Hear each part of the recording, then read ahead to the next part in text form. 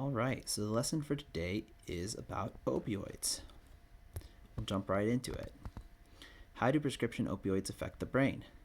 Opioids block signals sent from the brain to the body and release large amounts of dopamine. That's a chemical responsible for making you feel good, and it sends it all throughout your body. This release of dopamine can strongly reinforce the act of taking the drug, making the drug very addictive. All right. So, how do you lower the risk of getting addicted? Well, one thing you can do is seek out non-opioid therapies. If you go to a doctor, insist on seeking alternatives to opioids. If they are prescribed, be sure to ask for cognitive behavioral therapy, physical therapy, and or non-opioid drugs like non-steroidal anti-inflammatory drugs, or NSAID for short, as well as acetaminophen.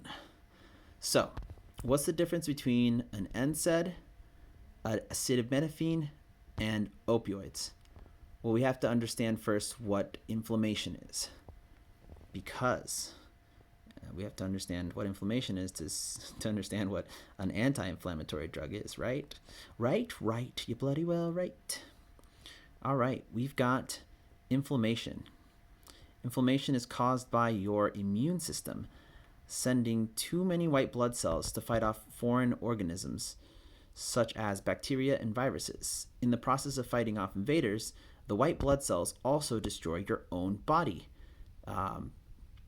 This is actually one of the reasons why coronavirus affects your body the way it does.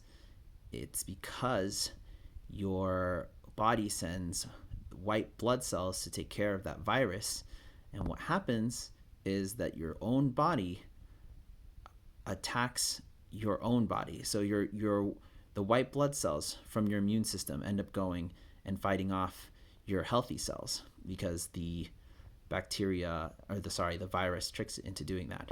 So that's a little bit about inflammation. That's what causes the pain. It's your body's literally destroying itself. All right. So what does a NSAID do? All right, it blocks the chemicals that cause inflammation in your body. So common NSAIDs are aspirin and ibuprofen. Brand names of ibuprofen would be Motrin and Advil. All right.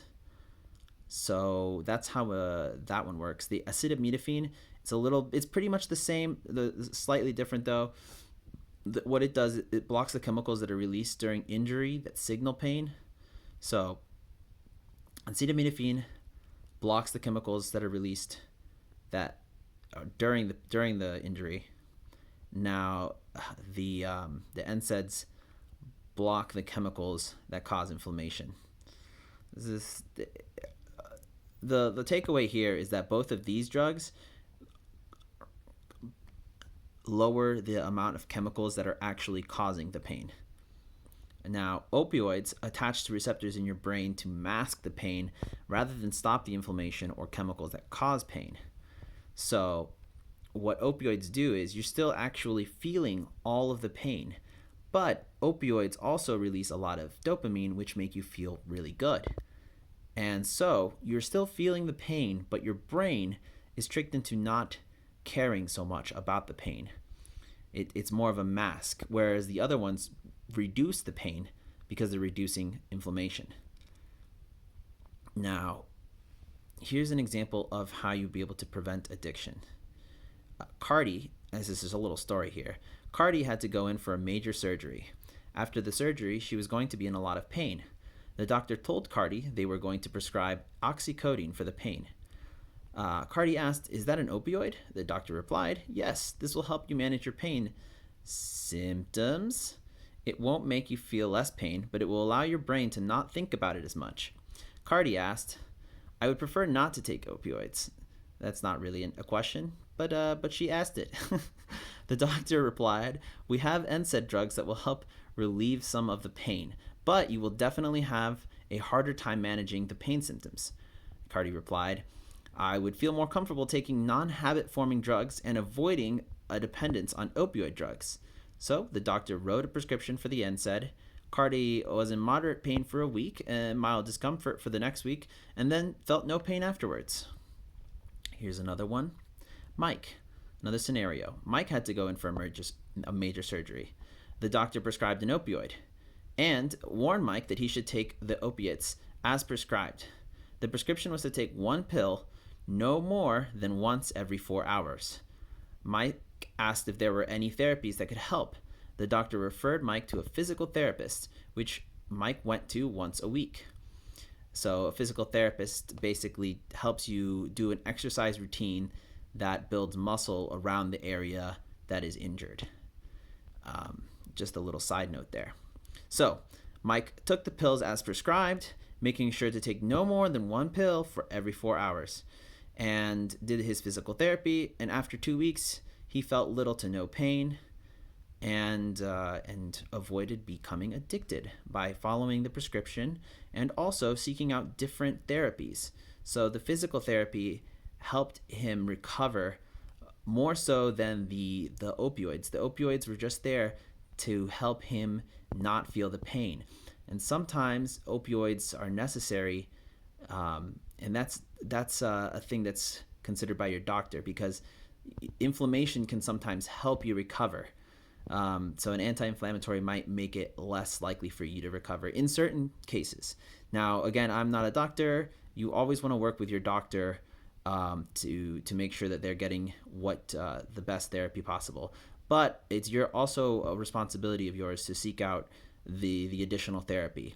Make sure that you let your doctor know you want more than just drugs. You'd like some physical therapy, if not cognitive behavioral therapy, which is like emotional therapy. So make sure that you're talking to your doctor about more than just a drug prescription. Now, here are the key facts to remember / questions. These questions will be linked in the description below into a Google form so that you can answer them. And some of you might be wondering, how do I get to a Google form? What is a Google form? Here's a video. This might look familiar. It's lesson 1 and 2 of cocaine and alcohol. So when you go to the lesson and you watch the video and all that, you'll scroll down a little bit and you'll see there's a little link here. And each of these videos will come with a little link. So you want to make sure to click the link, and it will pop you over to a little Google form here. And in that form, you'll just enter your first and your last name, the grade that you're in, and then you'll start answering these questions. There's never going to be more than like 5 questions. Some of them have 3. These assignments shouldn't take you terribly long. They're more or less for me to gauge that you are understanding the concepts that are in the videos. So I look forward to this week, seeing all your responses. I enjoyed last week's responses. Okay, well, look forward to seeing you guys.